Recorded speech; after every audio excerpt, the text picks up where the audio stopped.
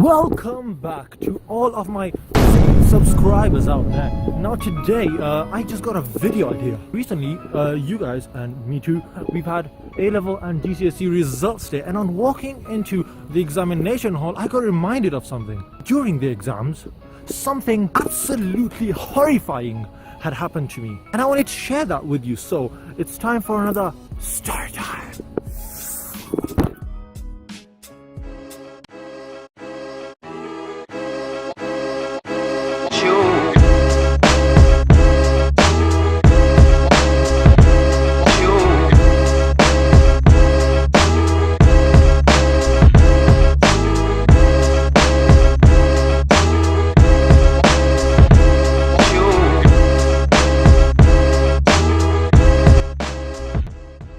Ah yes, the mock examinations.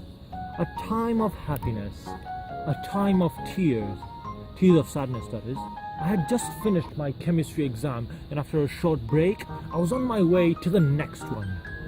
We sat down on our chairs and the exam began. We were all writing furiously, trying to fight the very nature of our universe itself.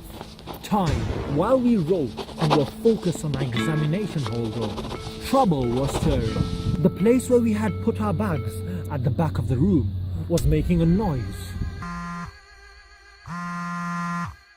But then there was a pause.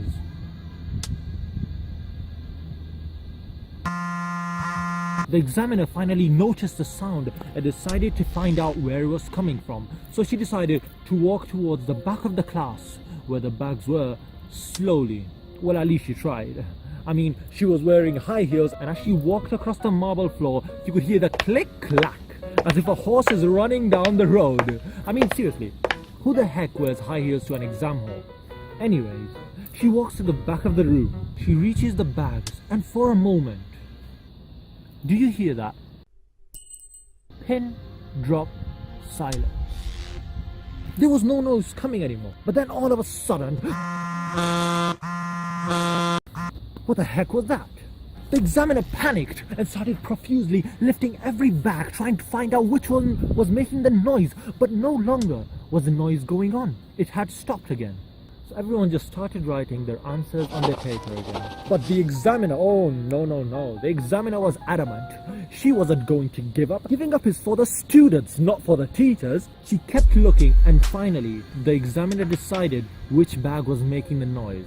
She picked it up and started walking towards the front of the room. Now at this point, your boy, Siddy had just finished his examination. And he was lying down on his table, trying to get a moment of sleep before the time was up. I was lying on my table, looking to the left, when I see the examiner walking past, with my bag. What have I done now? I thought to myself. I knew that now I was in some deep trouble. At the end of the exam, I walked slowly towards the front of the class, where the examiner stood with my bag. As I walked towards the examiner gave me a ghastly scowl and said, "Be it thou that haveth defied the rulings of the examination hall?" And I exclaimed, "Such a measly suspicion thou lay upon thee."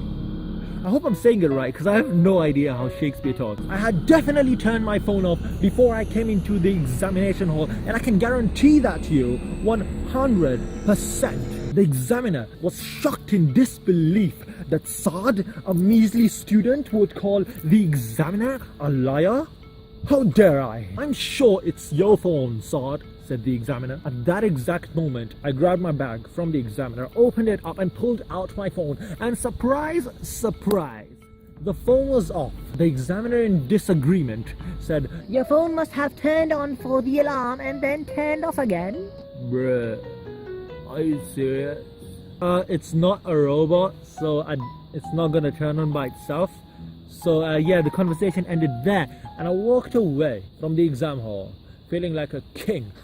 But that's not the end of the story. Oh, no.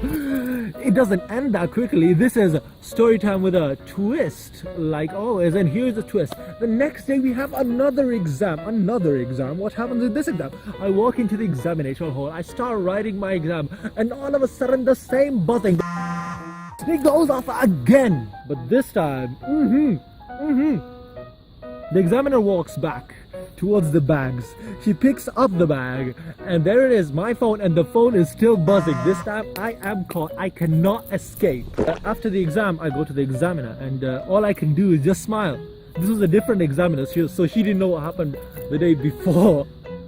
So all I did was just smile, and the examiner's like, Son, you know you should take this a bit more seriously. and I was like, oh, I'm sorry.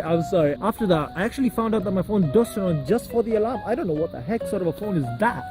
So whenever I do the exam now, I take out my battery, and I recommend you guys do the same too, because it was a mock exam.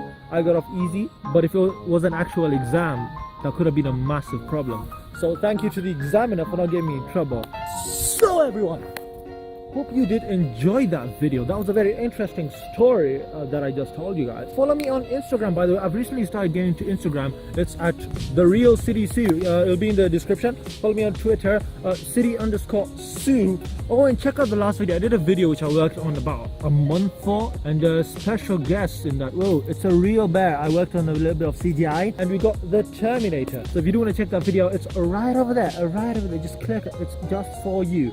If you want to check out our previous video, it was for a good cause. Stephen McAllister, thank you for sending me a book. He sent me his book, and I just read it out for you guys. If you want to check that out, right over there, be sure to subscribe, follow me on all social media, leave a comment down below. Let me know what you thought of this video. Let me know if you enjoyed it. If you hated it, leave a dislike, like, whatever you want to do, and I'll see you next